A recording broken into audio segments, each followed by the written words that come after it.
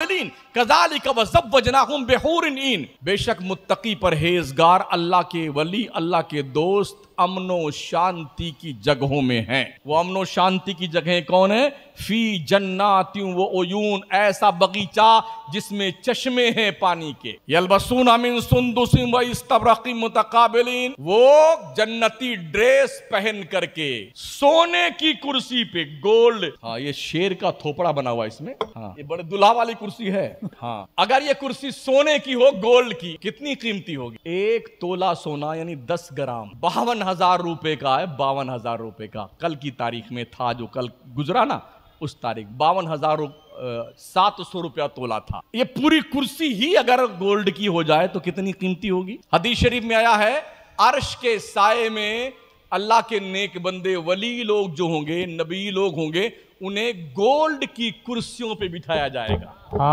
جنت کا ڈریس پہنا کے، قریب و کنادیز کے لباس پہنا کر کے ہم نے ولیوں کو آمنے سامنے بٹھایا، متقابلین، ادھر غوث کی کرسی ہے، ادھر خواجہ کی کرسی، ادھر مخزوم اشرف جہانگیر سمنانی کی کرسی، ادھر امام احمد رضا کی کرسی لگی ہوئی ہے، گولڈ کی کرسیوں پہ بیٹھے۔ میں نے کہا اللہ، کیا ان نے کوئی احسان کیا تھا؟ کہ نہیں، کذالک، میری مرضی، تمہارے باپ کا کوئی اجارہ ہے؟ میری مرضی۔ وَزَوَّجْنَاهُمْ بِحُورٍ عِینٍ، او لوگو تم اسی پہ مرے جا رہے ہو کہ ہم نے ان کی گولڈ کی کرسیوں پر یہ عزت افزائی کری ہے۔ سنو، ہم نے ان کی شادیاں بھی جنت کی بڑی بڑی آنکھوں والی حوروں سے کر دی ہیں۔ یہ جو چڈی اینڈ کمپنی ہے نا دیوبندیوں کی، دیوبندی نہیں سمجھتے ہیں، وہابی، دیوبندی، چمبوڑی، گجرات میں چمبوڑی بولتے ہیں۔ چمبوڑی کسے کہتے ہیں؟ جو چمبو ہوتا ہے نا، بیت الخلاء میں جو پانی کا ڈبہ ہوتا ہے نا، چھوٹا سا پانی نکال کر کے آپ دست لیتے ہیں، اس کو چمبو کہتے ہیں۔ اسی حساب سے گجراتی دیوبندی کو چمبوڑی بولتا ہے جی۔ تو ہاں 24 نمبری بھی بولتے ہیں۔ تو یہ بیٹے جی کل میدان محشر میں نبی، ولی، پیر، پیغمبر اللہ کے دربار میں کانپتے ہوں گے، کسی کو بات کرنے کی جرت نہیں ہوگی۔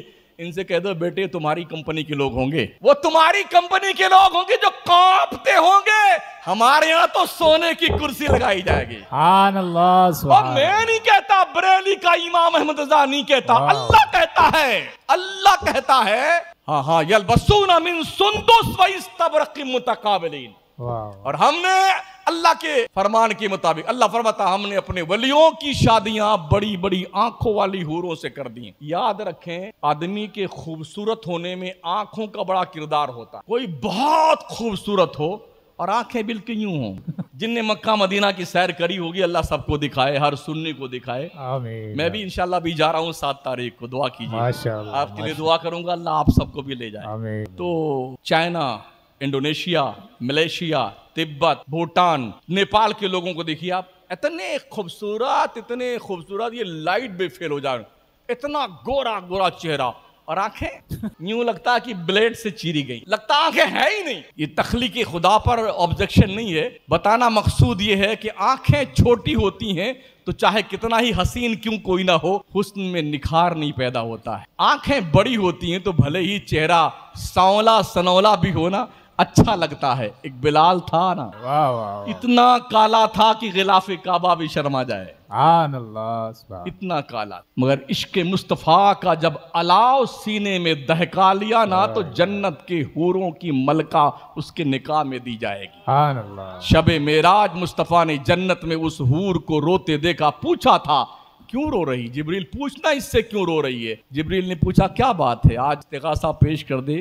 جنت کا مالک جنت کی سیر کرنے آیا۔ اچھا، کہا جبریل کیا بتاؤں؟ کہہ دیں پیغمبر سے، محمد صلی اللہ علیہ وسلم سے، کہ اللہ نے اور رسول نے فرمایا ہے نا کہ ہر جنتی حور کے نکاح میں دنیا کا کوئی نہ کوئی شخص دیا جائے گا ایمان والا۔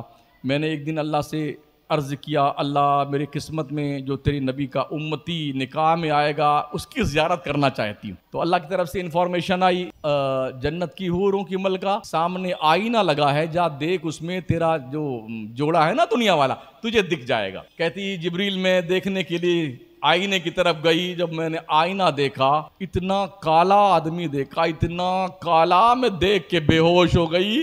جب سے اب تک میں نے اپنا حال یہ بنا رکھا ہے، جنت کی آسائش بھول گئی، میں اسی غم میں گھلی جا رہی ہوں اللہ، جو ہمیشہ کے لیے اتنا کالا کلوٹا آدمی میرے نکاح میں آئے گا، آج میرا نباہ کیسے ہوگا اللہ، میرا نباہ کیسے ہو؟ کہا اچھا۔ میرے نبی نے پوچھا ذرا حلیہ بیان کر، وہ کون، کیسا اس کا چہرہ؟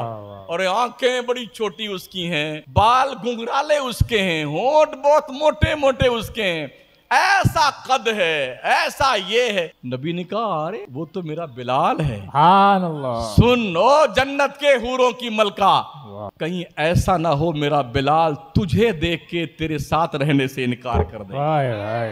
تجھے اپنے حسن پہ ناز ہے نا، میرے بلال کو جو یہ سیاہی دی گئی نا، حشر کے میدان میں بلال کے جسم کا کالا پن تل بنا کے جنت کے حوروں کے گال پہ رکھ دیا جائے گا تاکہ ان کے حسن میں نکھار پیدا ہو جائے۔ کہا یہ تو میرا بلال ہے جنت کے حوروں کی ملکہ۔ پھر اس نے کہا حضور آپ کا بلال مجھے منظور ہے۔ کتنے کالے تھے؟ جس دن فتح مکہ ہوا نا، مکہ فتح ہوا، اس دن فتح مکہ کے دن میرے مصطفیٰ نے، ابو بکر صدیق بھی موجود تھے، عمر فاروق، مولا علی، عثمان غنی، عشرے مبشرہ، بہت سارے صاحب، 12,000 کا لشکر تھا مسلمانوں کا۔ میرے حضور حرم کعبہ میں موجود ہے۔ اذان کا وقت آیا تو نبی نے بلال ہی کو پکارا، بلاؤ بلال کو۔ آج کعبہ کی چھت پر سے اذان، اب تک تو نیچے سے اذان دیتے تھے، بلال آج چڑھ جا اس کعبے کی چھت پر۔ کعبے کی چھت پر چڑھنا معمولی بات ہے؟ ارے حاجی تو اتنا ہی بے قرار ہے، کاش کعبہ کی دیوار سے جسم ٹچ ہو جائے تو بڑی مبارک و مسعود بات ہوگی، ہاتھ لگ جائے دیوار سے تو مقدر کی بات ہے۔ اور بلال کو چھت پہ چڑھنے کا موقع دیا گیا، چڑھ تو گئے بلال۔ کہا یا رسول اللہ جب مدینے میں تھے تو کعبہ کی طرف منہ کر کے اذان دیتے تھے، اب تو چھت پہ چڑھ گئے ہیں، کدھر منہ کر کے اذان؟ کہا بلال جدھر محمد ہے اس طرف منہ کر۔ سبحان اللہ، سبحان اللہ۔ کیوں حاجیوں آؤ شہنشاہ کا روضہ دیکھو، کعبہ تو دیکھ چکے، کعبہ کا کعبہ دیکھو، میرا نبی کعبے کا بھی کعبہ ہے۔ غور سے سن تو رضا، کعبہ سے آتی ہے صدا، میری آنکھوں سے میرے پیارے کا روضہ دیکھو۔ سبحان اللہ۔ کیا مقدر ہے ان کا، کیا اعزاز۔ میں نے کہا یا اللہ، یا رسول اللہ صلی اللہ علیہ وسلم، آخر بلال کو یہ اعزاز کیوں دیا گیا؟ تاکہ غلاموں کے دل میں احساس کمتری ختم ہو جائے دل سے، یہ نہ ہو کہ اسلام میں بڑے اور چھوٹے کا لوگ فرق محسوس، یہ مالدار ہے اس لیے بڑا ہے، یہ گاڑی میں چلتا اس لیے بڑا ہے۔ سن لو، کوئی گاڑی میں چلنے سے بڑا نہیں ہوتا، بنگلے میں رہنے سے بڑا نہیں ہوتا ہے۔ ہم نے کسی کی قبر کو، مالداروں کی قبر کو بھی گولڈ سے سجاتے نہیں دیکھا ہے، اس کی بھی ڈیڈ باڈی ناپ کر کے بنائی جاتی ہے، اس کی فارچونر میں اس کی ڈیڈ باڈی قبرستان نہیں لے جائی جاتی، گاڑی سائیڈ میں کر دو، مردے کی ہوا نہیں لگنی چاہیے۔ جس باپ نے فارچونر خریدی تھی نا، اس کو بھی ہوا نہیں لگتی مردے کی اس گاڑی کی۔ لا الہ کندھے پہ لادا یا مردوں والی گاڑی آتی ہے، لا الہ الا اللہ محمد رسول اللہ، لے چلو، دکھنا نہیں چاہیے یہ۔ ابھی مرے نہیں ہیں ہم اور آپ، اللہ نے زندگی دی ہے، سونے سے پہلے توبہ کر کے سونا، توبہ کر کے۔ شاعر کہتا ہے سونے والے رب کو سجدہ کر کے سو، کیا خبر اٹھے نہ اٹھے صبح کو۔ ڈاکٹر اقبال کہتے ہیں چمی گویم مسلمانم بلرزم، کہ دانا مشکلات لائے ڈالا۔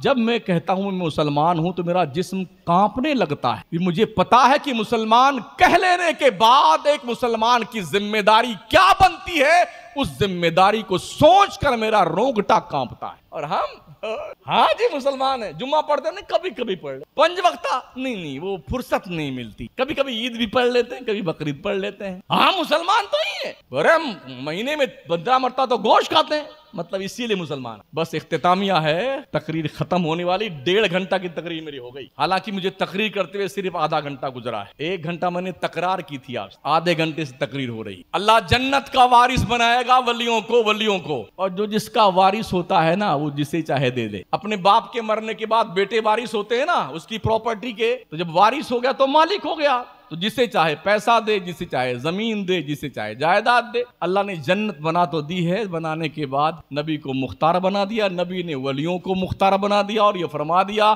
حسن حسین جنت کے جوانوں کے سردار ہیں۔